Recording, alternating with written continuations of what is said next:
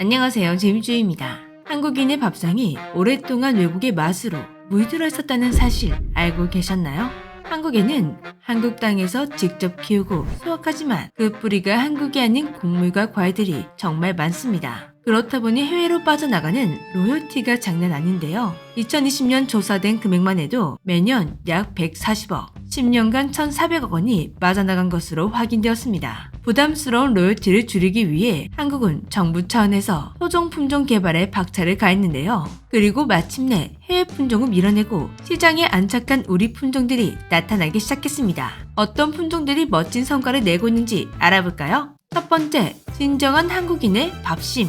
오랫동안 한국 농가들은 고시이칼이나 추정벼 등 일본 품종을 재배해왔습니다. 그렇다 보니 한국인들이 밥심을 채울 때마다 일본의 곡간이 채워지는 셈이었죠. 밥은 과거부터 지금 그리고 미래에도 우리 한국인의 밥상에서 사라지지 않을 존재이기에 반드시 국산화가 필요한 품종이었습니다. 심각성을 인지한 경기도 이천시는 2016년 농촌진흥청 국립식량과학원과 농협중앙회 등과 업무 협약을 맺고 우리나라 토종벼를 개발하기 시작했습니다. 한국은 토종벼를 만드는 김에 고시이카리의 단점도 보완하기로 했는데요. 고시이카리는 맛은 뛰어나지만 키가 크기 때문에 태풍이 들이닥치면 힘없이 쓰러지고 병충해 약하다는 단점이 있었습니다. 안타깝게도 한국은 매년 태풍이 오는 나라다 보니 태풍에 의한 피해가 매년 발생했죠. 이런 단점을 잡고 한국 환경에서 재배하기 좋으면서 맛까지 좋게 만든다. 이게 목표였습니다. 3년간의 시행착오 끝에 2019년 한국의 토종벼 품종이 세상에 등장했는데요. 가을 햅쌀에 잘 익는 햅쌀, 알이 차고 영양 가득한 건강한 쌀, 에드미와 알찬미입니다. 한국 품종벼들은 시장에 내놓자마자 대박을 치게 되었는데요. 블라인드 테스트에서 해외 품종들보다 밥맛이 뛰어나다는 평가를 받았고 강풍으로 인한 쓰러짐과 병충해에도 강해 최고의 품종으로 선정되었습니다. 신품종 선정위원회에서 최고 품질쌀로 선정되기도 했는데요. 이천 지역은 이미 자급률 100%에 도달했다고 합니다. 국내 전체 쌀 면적 가운데 외래 품종의 비율이 4.3%까지 줄어들었다고 하는데요. 이제 밥을 먹을 때마다 내가 먹고 있는 게 우리나라의 맛인지 확인해야 할 것 같습니다. 두 번째, 애물단지에서 이제는 금덩이.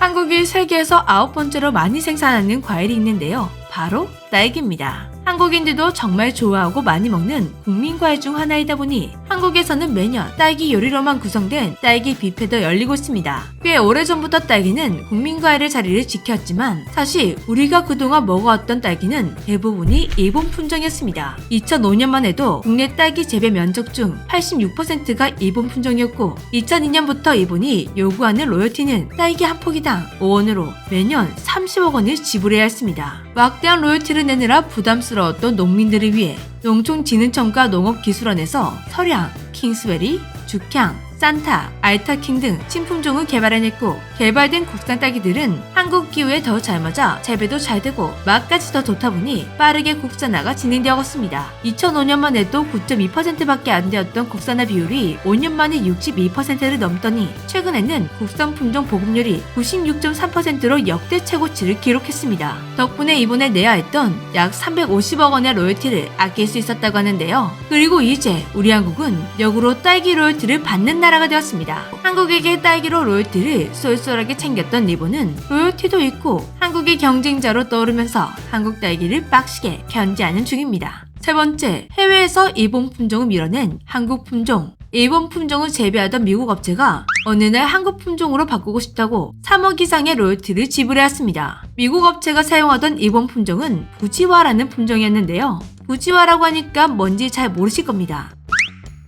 사진을 보니 아시겠죠? 맞습니다. 부지와는 한라봉입니다. 제주도 특산물로 알려져 있어 우리나라 품종으로 알고 있지만 사실 한라봉은 일본 품종이었습니다. 그런데 한라봉은 로열티를 내지 않는 품종인데요. 일본이 한국에 품종보호 출원 등록을 하지 않은 채 등록 기한이 지나버려 로열티가 없는 품종이 되어버린 것입니다. 그렇다 보니 한라봉은 마음 편히 재배되는 것을 넘어 일본 품종인데 제주의 특산물로까지 지정된 것인데요. 그러나 계속해서 일본 품종에 의존하는 건 옳지 않기에 2000년부터 농협진흥청과 국립원예특산과학원에서 신품종 개발을 시작. 2010년 한국 품종이 만들어졌습니다.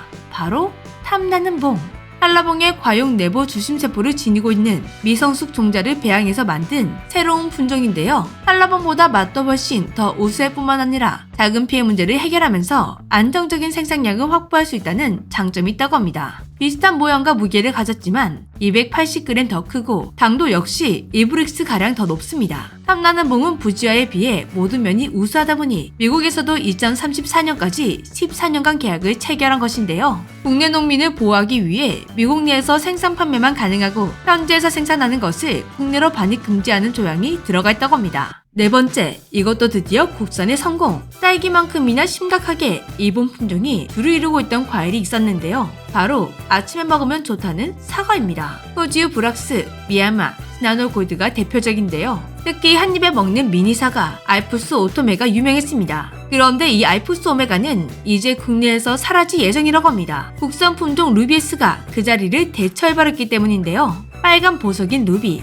그리고 작다는 스몰, 그렇게 만들어진 이름이 루비에스라고 합니다. 일반 사과보다 작고 탁구공보다 큰 87g 정도 나가는 사과라고 보시면 되는데요. 특히 루비에스는 미니 사과의 단점을 잡은 사과라고 합니다. 미니 사과는 먹기 편하다는 편의성에도 불구하고 인기가 빠르게 시들었습니다. 그건 특유의 넓은 맛과 소화구 후 푸석해지는 단점 때문이었는데요. 그리고 재배 과정에서 워낙 낙가가 많다 보니 귀여운 크기에 비해 가격은 부담스러웠죠. 그런데 루비에스는 일반 사과처럼 맛있고 낙가가 거의 없으며 50일 이상 상온에서 유통할 수 있다는 장점이 있습니다. 루비에스가 이길 수밖에 없는 게임이었죠. 2018년에서 2019년 출하품명 전략 판매라는 놀라운 기록을 세우며 초대박을 쳤다고 합니다. 한국 품종이 개발된다는 건 그냥 우리나라가 로열티를 안 낸다 이걸로 끝나는 게 아닙니다. 우리도 로열티를 받을 수 있는 입장이 되는 것인데요. 한마디로 일석이조라는 것이죠. 한국의 품종 개발은 아직 시작 단계에 불과하다고 합니다. 가장 중요한 건 지속적인 관심이라고 합니다. 그 관심이라는 건 우리가 많이 먹어주는 것이겠죠? 앞으로 곡물이나 과일을 살 때 이게 어느 나라 품종인지 한 번쯤 살펴보는 관심이 필요할 것 같습니다. 우리들의 꾸준한 관심이 신품종 개발의 힘이 되어 한국도 종자 독립에 성공하는 나라가 되었으면 좋겠습니다. 지금까지 재미지였습니다. 안녕!